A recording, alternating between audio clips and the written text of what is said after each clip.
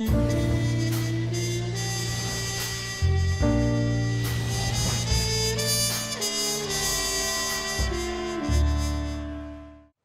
is Noir Alley, and I'm your host, Eddie Muller. I've got another under-the-radar offering for you this week from that rare niche of films with phone numbers in their titles, like Dial 1119 and Call Northside 777. Today, it's Southside 1000, released by Allied artists in 1950. It's part of an equally small subset of noir, 3 films, about treasury agents infiltrating counterfeiting rings. T-Men, released in 1947 by Eagle Lion, sparked the copycats Trapped, a 1949 film directed by Richard Fleischer, and this one, produced by the King brothers, whom I've often mentioned over the years.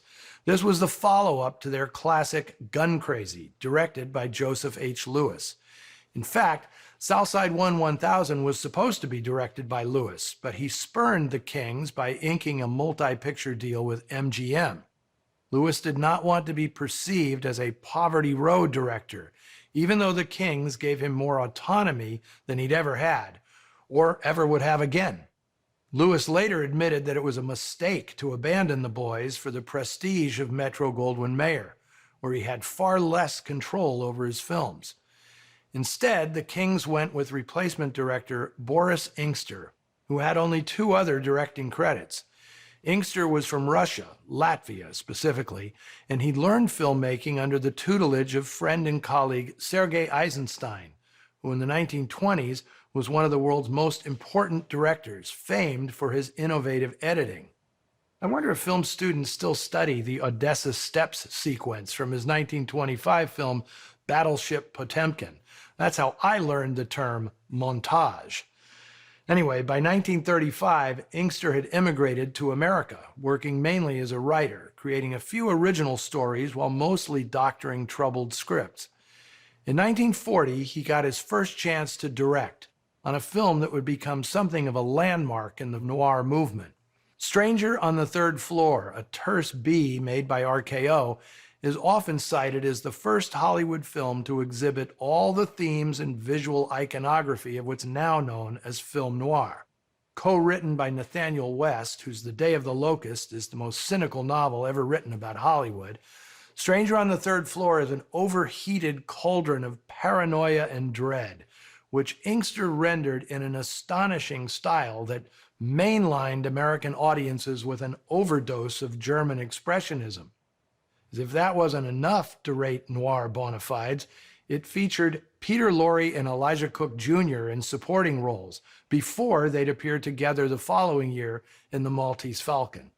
It's a stretch to say that Stranger on the Third Floor was influential, but if you need to win a trivia contest by naming the first American film noir, you won't lose by saying Stranger on the Third Floor. Yet Inkster didn't direct again until 1947, a largely forgotten RKO romantic comedy called The Judge Steps Out, which doesn't have a trace of noir in its DNA.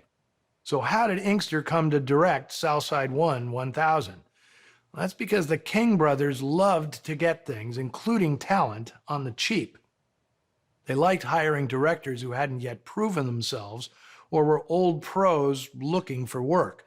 Boris Inkster, oddly, was a bit of both. The same could be said for leading man Don DeFore, who'd been dropped from contracts at both MGM and Warner's. He'd mostly made comedies, sort of a cut-rate Bob Cummings, and now he was trying to move into noir territory, like Dick Powell, John Payne, and Dennis O'Keefe had done before him. But the camera never quite found the requisite gravitas beneath DeFore's cheery, nice guy persona. More at home in these sketchy surroundings is co-star Andrea King, who had already played her share of shady ladies, mostly at Warner's. But like DeFore, the studio had cut her loose, and the King brothers, no relation, were waiting with an offer she couldn't refuse. Since this is a T-Man movie, we're due for one of those preachy prologues about the eternal vigilance of our brave government agents. But this one takes the cake, being tacked on only weeks after America had entered the Korean conflict. As you'll see, there's a topical prologue preceding a second, more generic prologue. It's weird, but very telling as to the tenor of the times. Wish I could say that things have changed a great deal since then. Here is Southside 1, 1000.